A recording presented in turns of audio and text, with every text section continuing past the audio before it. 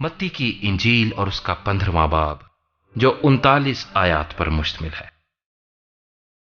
उस वक्त फरीसियों और फकीहों ने यरूशलेम से यीशु के पास आकर कहा कि तेरे शागिर्द बुजुर्गों की रवायत को क्यों टाल देते हैं कि खाना खाते वक्त हाथ नहीं धोते।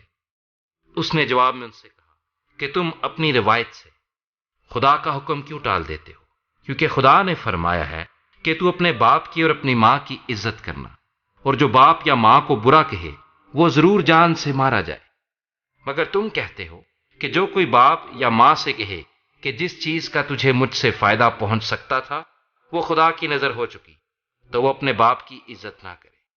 बस तुमने अपनी रवायत से खुदा का कलाम बातिल कर दिया। ए रियाकारो, ये साया ने तुम्हारे हक में क्या खूब नबूवत की कि ये उम्मत जबान से तो मेरी इज्जत करती है, मगर इनका दिल मुझसे दूर है, और ये बेफायदा मेरी परस्तिश करते हैं, क्योंकि इंसानी अहकाम की तालीम देते हैं। फिर उसने लोगों को पास बुलाकर उनसे कहा कि सुनो और समझो, जो चीज मुंह में जाती है वो आदमी को नापाक नहीं करती, मगर जो मुंह से निकलती है वही आदमी को नापाक करती है। इस पर शागिर्दों ने उसके पास आकर कहा, क्या तू जानता है कि फरीसियों ने ये बात सुनकर ठोकर खाई। उसने जवाब में कहा, जो पौधा मेरे आसमानी बाप ने नहीं लगाया जड़ से उखाड़ा जाएगा।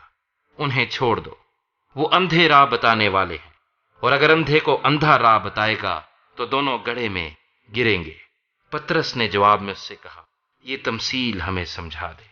उसने कहा, क्या तुम भी अब तक बेसमझ हो? क्या नहीं समझते कि जो कुछ मुंह में जाता है वो पेट में पड़ता और मजबले में फेंका जाता है। मगर जो बातें मुंह से निकलती हैं वो दिल से निकलती हैं, और वही आदमी को नापाक करती हैं। क्योंकि बुरे ख्याल, खूनरेजियां, जिनाकारियां, हरामकारियां, चोरियां, झूठी गवाहियां, बदगोइयां दिल ही से निकलती हैं। यही बातें हैं जो आदमी को नापाक करती हैं। मगर बगैर हाथ धोए खाना खाना आदमी को नापाक नहीं करता। फिर यीशु वहां से निकलकर सूर और सैदा के इलाके को रवाना हुआ, और देखो एक कनानी औरत उन सरहदों से निकली और पुकार कर कहने लगी, ऐ खुदावंद इब्ने दाऊद, मुझ पर रहम कर। एक बदरू मेरी बेटी को बहुत सताती है। मगर उसने उसे कुछ जवाब ना दिया, और उसके शागिर्दों ने पास आकर उससे ये अर्ज की कि उसे रुखसत कर दे, क्योंकि वो हमारे पीछे चली आती है। उसने जवाब में कहा कि मैं इसराइल के घराने की खोई हुई भेड़ों के सिवा और किसी के पास नहीं भेजा गया। मगर उसने आकर उसे सिजदा किया और कहा, ऐ खुदावंद मेरी मदद कर। उसने जवाब में कहा, लड़कों की रोटी लेकर कुत्तों को डाल देना अच्छा नहीं। उसने कहा, हां खुदावंद, क्योंकि कुत्ते भी उन टुकड़ों में से खाते हैं जो उनके मालिकों की मेज से गिरते हैं। इस पर यीशु ने जवाब में उससे कहा, ऐ औरत, तेरा ईमान बहुत बड़ा है, जैसा तू चाहती है तेरे लिए वैसा ही हो। और उसकी बेटी ने उसी घड़ी शिफा पाई। फिर यीशु वहां से चलकर गलील की झील के नजदीक आया और पहाड़ पर चढ़कर वहीं बैठ गया। और एक बड़ी भीड़ लंगड़ों, अंधों, गूंगों, टुंडों और बहुत से और बीमारों को अपने साथ लेकर उसके पास आई, और उनको उसके पांव में डाल दिया, और उसने उन्हें अच्छा कर दिया।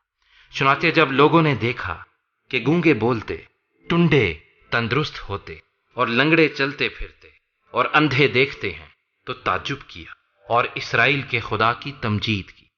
और यीशु ने अपने शागिर्दों को पास बुलाकर कहा, मुझे इस भीड़ पर तरस आता है, क्योंकि ये लोग 3 दिन से बराबर मेरे साथ हैं, और उनके पास खाने को कुछ नहीं, और मैं उनको भूखा रुखसत करना नहीं चाहता, कहीं ऐसा ना हो कि राह में थक कर रह जाएं।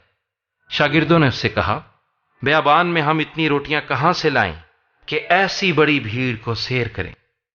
यीशु ने उनसे कहा, तुम्हारे पास कितनी रोटियां हैं? उन्होंने कहा, 7, और थोड़ी सी छोटी मछलियां हैं। उसने लोगों को हुक्म दिया कि जमीन पर बैठ जाएं, और उन 7 रोटियों और मछलियों को लेकर शुक्र किया और उन्हें तोड़कर शागिर्दों को दिया, और शागिर्द लोगों को, और सब खाकर सैर हो गए, और बचे हुए टुकड़ों से भरे हुए 7 ٹوکرے اٹھائے، اور کھانے والے سوا عورتوں اور بچوں کے 4000 مرد تھے۔ پھر وہ بھیڑ کو رخصت کر کے کشتی میں سوار ہوا اور مگدن کی سرحدوں میں آ گیا۔